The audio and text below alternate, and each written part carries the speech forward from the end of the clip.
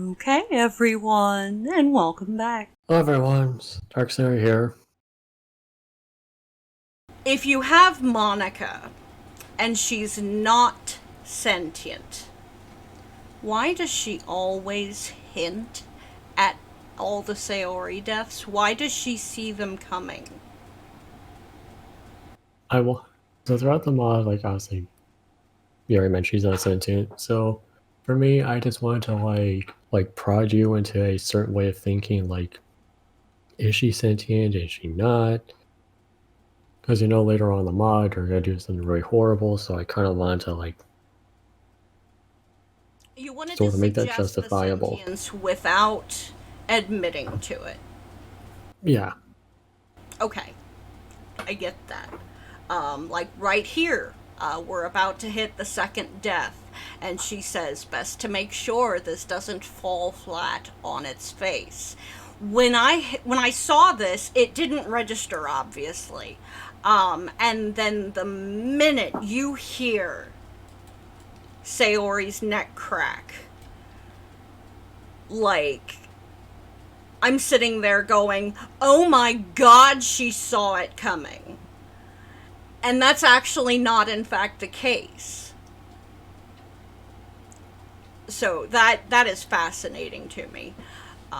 So we get through Saori's second death. Why did you have her die in this way? So obviously the first reason is that I don't want to have the mod be repetitive where you just see her hanging and hanging over and over Mm-hmm. again. Mm-hmm. When I first started, I was going to have I had this methodology where the more MC interferes with the timeline, so to speak, Right. the more horrible the deaths would become. Oh. Because it very much functions on a bit of an upscale. Like the first death is the standard, you find the yes kill sprite.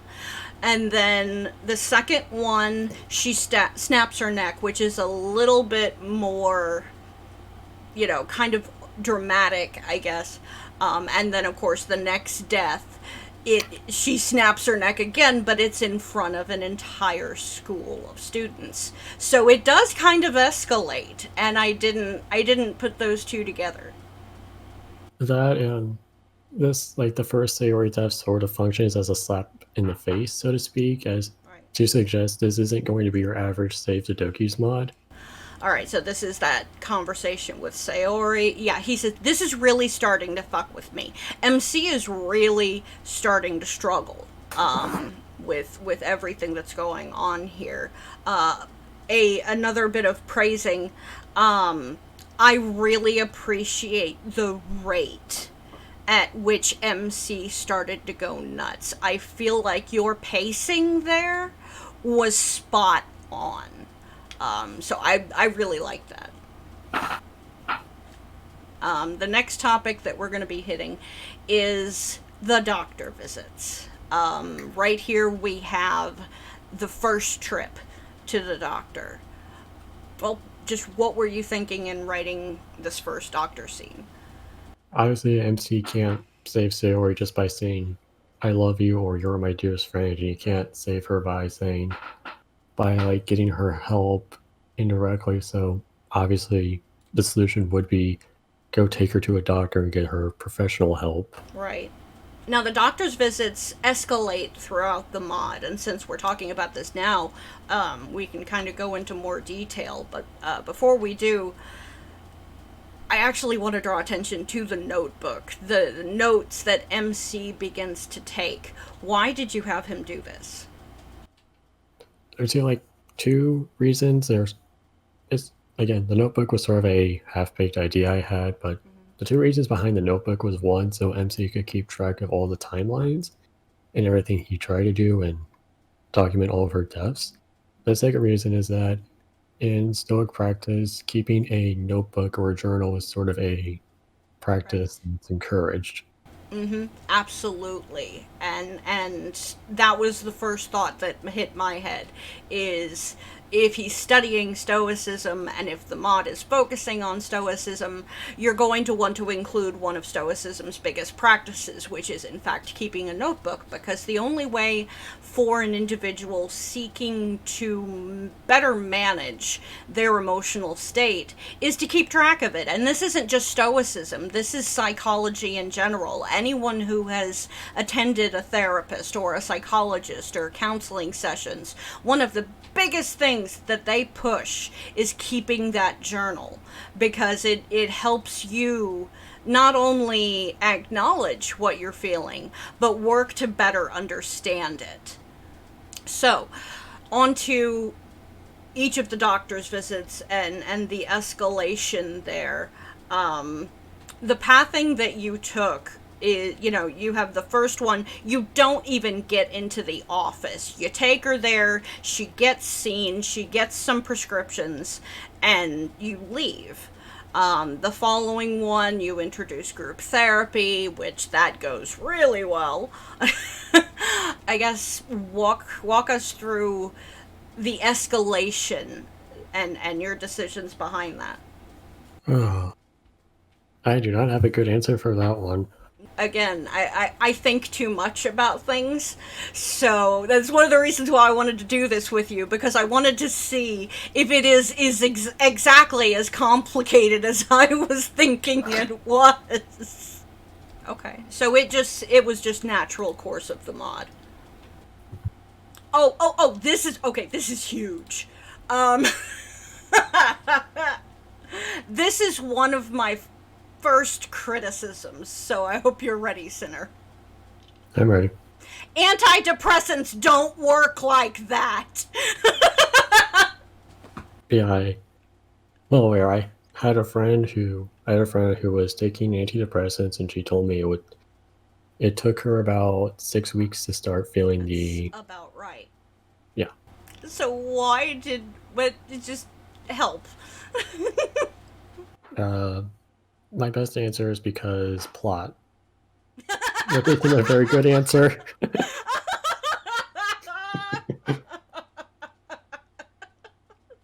Oh, God. Oh, that is not what your critics are going to want to hear. I'm sorry, that's my story, I'm sticking to it. Okay, so it was quite literally just shoehorned plot device, let's do this shit. And you know what? Speaking from experience, I can say that when planning a mod, not everything ends up just coming forward as naturally as you want it to. Sometimes you just have to shoehorn stuff in. So 100% understand you there, but that was something I remember very, very specifically. No. That was one point that when I was every time I went through this mod, because I've been through this mod 3 times. No, I went through it twice, sorry. The first time that I played Amor Fati, I wasn't the one playing it. I was in a Discord chat with Zara, the developer of Our Castle Walls, and I was watching him play it. But when we hit that point, I was very vocal about, please, that is not the way antidepressants work, what the fuck. My only means of perhaps supporting your decision there is one type of psychiatric medication that does work that fast. And as many of us who have dealt with mental health, either a friend or ourselves, acutely is aware of, misdiagnoses happen a lot. Frequently psychiatrists misdiagnose a patient, and as a result they give them the wrong medication, and depending on how that first appointment with Sayori's doctor goes, if she focused more heavily on experiencing things like stress, anxiety, phobia, things like that, it stands to reason that she would not have been given an antidepressant. She would have been given either an antipsychotic or something else to handle stress.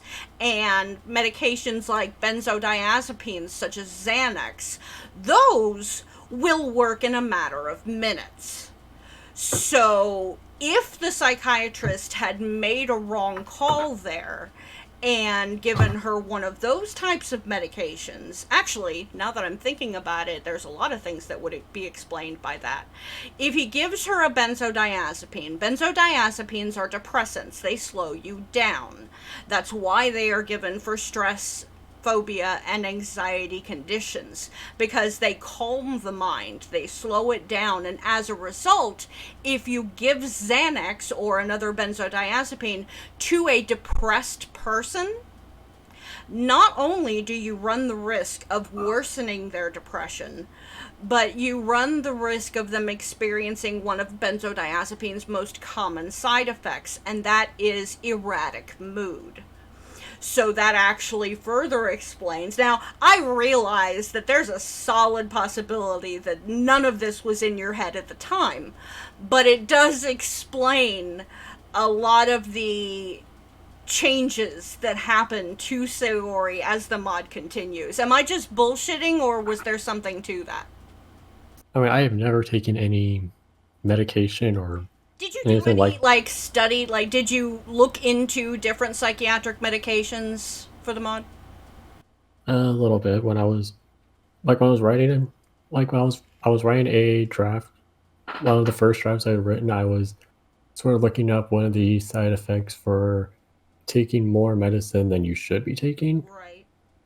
Because and you one of do the mention that. You address that to where MC was like, how many have you taken? How often are you taking it? Because absent minded Sayori can make mistakes. and one of, like you mentioned, like one of these side effects for antidepressants is erratic behavior. Mm-hmm. So I was going to sort of write a draft where Sarah was acting really erratic and hyper, like Mm-hmm. Okay. jittery. And that is actually a point that I mentioned during the Exit Music Fireside, when people were talking about Sayori becoming jealous and blah blah blah blah blah.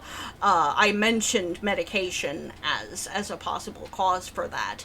But I would definitely say it would make sense that the psychiatrist in Amor Fati, had he given her the wrong thing, it's going to make her more at risk, and that's, that kind of explains away the progression of the mod. Now, we get to this scene. Actually, this is one scene that I do want to play. So I'm going to pull the volume here. Now, tell me, who are all of you to Sayori besides club members? Well, if you ask Sayori, I'm a role model to her. I'm a friend of hers. Though, I will admit, she practically dragged me to the club. But I don't regret joining a bit. And I'm a friend of Monica. So, by extension, I'm a friend of Sayori. I'm her best friend. I've known her since we were kids. Right. And what do you see in all of your friends, Sayori? Well, Ellie always looks out for me. Monica is ambitious and always goes through with what she says. She's always trying something new. Natsuki stands her ground and won't take no for an answer. For better or for worse. And Yuri is so calm and collected. She gives me the best of advice. And what do you, Sayori's friends, think of her? Sayori, you're sweet and meanwhile, but there are times you're a little overbearing. I think Sayori could try and be independent for once. It's great you want to be like me, and that you look up to me. But I can't always answer all of your questions and do everything for you. I'm not sure what I should say. I don't want to offend you. You won't. Be as honest as you need to be. Okay. While I understand you have ambitions for this club, I cannot see what your plan is for the club in the future. Being a part of something is more than attaching your name to it. You have to plant something down for future generations to reap so that they can continue that legacy. I see. Was it that hard, Yuri? I have no more words to say. Now, my last question is, do you have anything you're holding back, Sayori? I know you to be on good terms with them, but your situation won't improve if they don't know what's really bothering you. There is one thing. Monica? Yes? There's something you should know. I get the feeling you don't appreciate my efforts at the club at all. It's like every time I do something or suggest something fun for the club to you, you always shoot it down. And not in a nice way. It's like you always have to be right. Every situation. I knew it. You don't even give a shit about this club. Excuse me? You heard me, Monica. How exactly do I not go out of my way for everyone in this club? In fact, didn't I put my club plans aside to attend this appointment for Sayori? Yeah, you did. Bet you're just trying to cover your own ass. So if Sayori did kill herself, you don't look so bad. You'd just be the bearer of bad news instead of a bad club president. I don't know what's gotten in your head, but you're wrong. I put a lot of time and love into this club. I get that you're worried about Sayori and her condition, but it's not healthy to take your anger out on us. We're just as lost as you are, Illy. You seem perfectly fine, considering your negligence is causing Sayori's depression. As if insistent yelling is helping your case.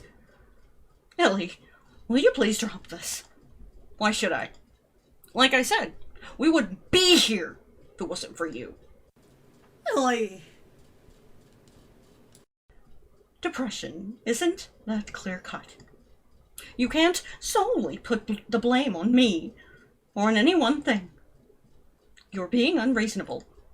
I will admit that this is partly my issue, but I'm working towards fixing it. Monica does make a good point, Billy. Stay out of this, Yuri! Doesn't concern you! No, you're not the one who told Sayori she'd be better off if she just vanished. Lily, if you're going to stand there and accuse me of false accusations, maybe you should leave. It's not good for anyone here.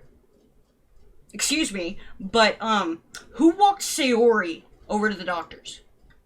I did. Who took care of Sayori first? You or me? I'm not going to ask again, Lily. I must concur. This behavior isn't going to help out with the issue at hand here. Fine! Stand up, walk out the door, almost slamming it in anger. Okay. So, walk us through that scene. I see you say, I don't hate Monica, I swear. So the reason why I sort of had that argument happen was more so for to sort of start that whole descent towards hating Monica, and later on just justify what, or attempt to justify what happens in one of the later acts. Because yes, you guys are gonna notice, if you haven't already, I love this mod. I very much love this mod. Alright, so this is another scene that I wanted to feature today because this is a big one. Like it's been hours of skimming through pages and pages of nothing. Am I missing something here? No. This was a waste of time. Stand up and start walking. That is, until I hear a familiar voice. Ellie? Oh, God. Monica. I mean you no harm. What makes you say that? This place is a sanctuary. No harm can be done here. Okay. What brings you here? I could ask you the same thing. You don't appear to be the church-going type. I'm not. I came here looking for answers. Was on my way, if you don't mind. What were you looking for? Thought you hated me. Why are you wanting to help? I don't hate you. It is better to show forgiveness. In fact, I'm kind of glad I ran into you. Do you think we can let bygones be bygones? Why should I? Forgiveness is a virtue. It's the greatest gift you can give another person. Can you find it in your heart to forgive me, Ellie? I don't think so, Monica. That's fine. It's a bit presumptuous of me to assume you would. What can I help you with?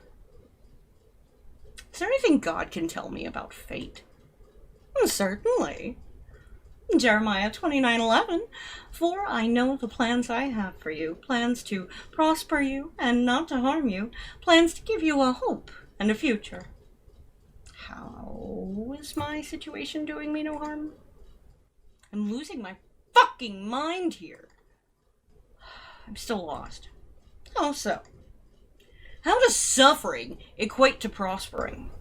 Billy, your suffering isn't entertainment for the cosmic masses. Your affliction of dealing with Sayori is a test. And what may spawn from the outcome is beyond your control. So what lesson am I to learn? The human heart feels pain. So easily, in fact, some believe that life is pain. What's important is that you must endure that pain. So what am I supposed to do? Sure, I learned a thing or two about fate, but I'm still lost. The answers don't always come to you directly. I never knew where my life was going or heading up until a week ago. Then it finally came to me. And there may be a time where I find myself lost again.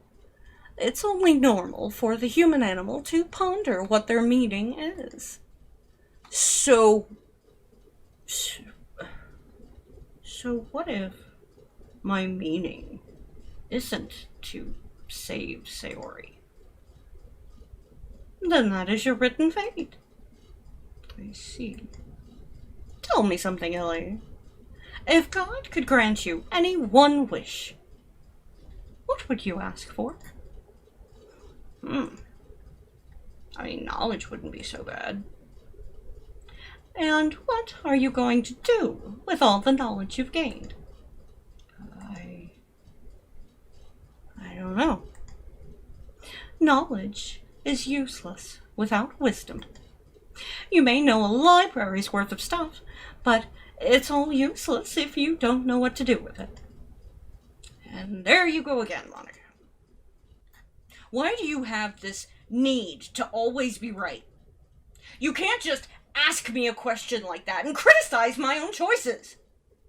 Who are you to make judgments like that? Billy, I really don't want to argue again. I made an error in judgment. I'm just as human as you are. I make the same mistakes you make. All right. I'm still new to all of this. I don't think I'm cut out for this. What makes you say that? I don't know anything. I study every night and gain nothing. Not to mention the stress from Sayori. I understand how you feel. But you have to remember that you're not alone in the situation. No! I am alone! Ellie, please take a deep breath. No! You wouldn't get it! For God knows how long, I have been reliving the same week over and over again, and it's killing me! Every time I jump back, I lose more and more of my sanity! Reliving the same week? What are you talking about? You don't get it! You don't see what I see? I don't follow. Maybe I should call the doctor? How else do you think I know about Sayori's depression? I found her hanging on a noose on the Monday of the festival, her lifeless gaze looking deep into my soul. I could almost feel her every scream and cry at me, cursing me as to why I couldn't save her. Deep breath, silly. You're losing me. Monica puts her hands on my shoulder and looks into my eyes. Ellie, please listen to me. None of it's real. Yes, it is! I lived it! I wish it was just a dream!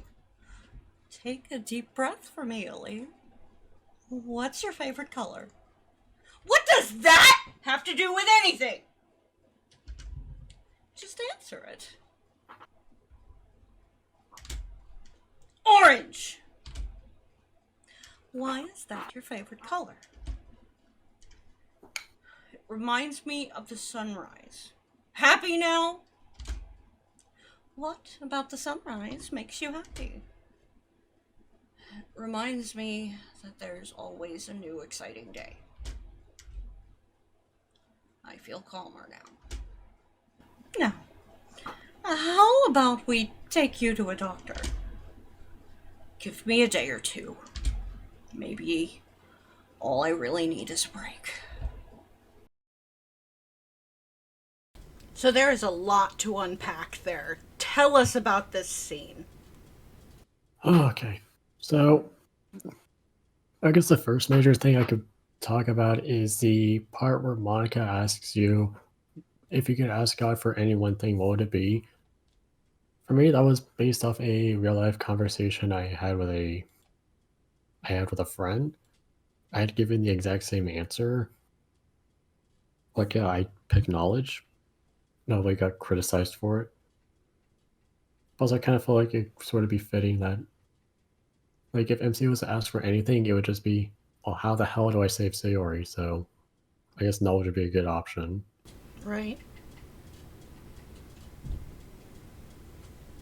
And then as the scene progresses, MC starts to lose it. Let's talk about that for a second. Yeah, again, it's like it's just more or less showing MC's mental state slowly declining as the manga progresses. Well, and this is Monica doesn't handle it well. Well, at first she doesn't. But then you move through the scene and she walks MC through something that I myself have had to go through, and that is recognizing things you can feel, things that are familiar and comforting. What was the inspiration behind that? That was sort of based off, again, a few real life conversations. As I've had some friends who were going through a lot, and I've had to try to find some way to comfort them or try to help them. So, like, asking what their favorite color is was sort of one of the things I tried to do. Now, is your favorite color orange? No. What's your favorite color? It's blue. Me too!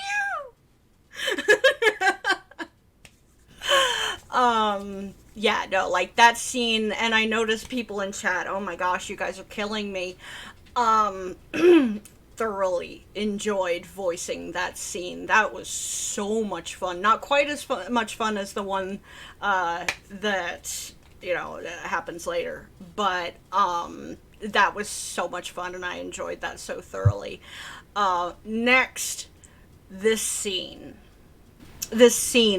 where things just get a little fucked. Tell us about what's happening here. I've been afraid of all of my older drafts, but this scene in particular was going to take place in a planned Act 6 I had, where MC was starting to go through the five stages of grief. Yeah. And this was the one where this was the planned denial dream sequence. Obviously, I scrapped this and decided to just go with something that just shows more like his mental state declining. So this is this, and this was a question I actually had, because after playing the mod twice, I still don't understand what's happening. Is this a dream, then? Yeah, it's a nightmare. Okay. So, this is a critique / criticism. I think what I probably would have done with this is either put a vignette over it, or just done something specific to identify the fact that this is not occurring in real life. Because, you kind of realize that it's not reality by the time you hit the end of it, but as you're going through it, it still, kind of plays like real time.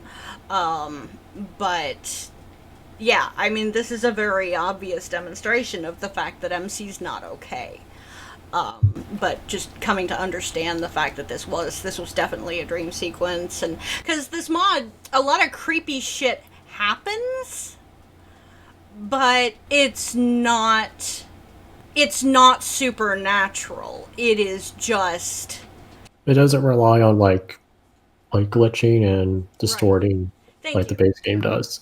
Exactly. Also, yes, Nick, it is a bend round reference. So yeah, we get to Sayori, and oh my gosh, it is so good. It is so good. And those of you that enjoy my swearing Sayo, her smile seems almost sadistic. No. It's so good to see you made it to the Literature Club's main event. I wouldn't want to see you miss this. Today, I will be presenting my poem. I call it Damnation. Enjoy! That's a strange name for a poem. Wait. Oh.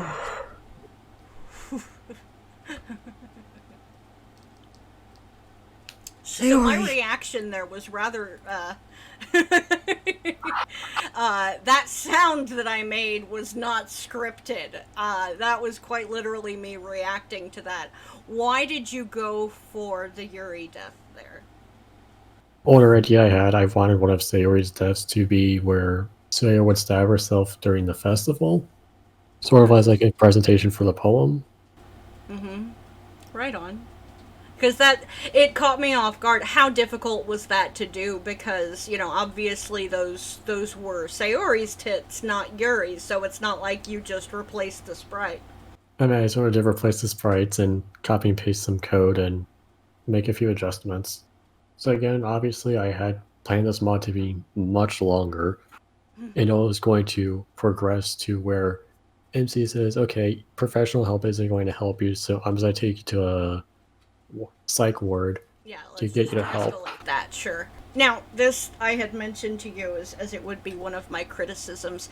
In a Sayori mod, why go to the trouble of staging a dinner with Yuri? If I'm going to be honest, it was one of those things I had in my first draft that just sort of stuck with me as a sort of notable scene where I could try to expand on one of the themes of the mod. So it was just, instead of staging it in the classroom, let's provide a different environment. Yeah. Okay. Alright. That makes sense. Now, of course, granted, as a Yurian, I was thrilled, but It does feel just ever the tiniest bit out of place. A bit jarring, yeah.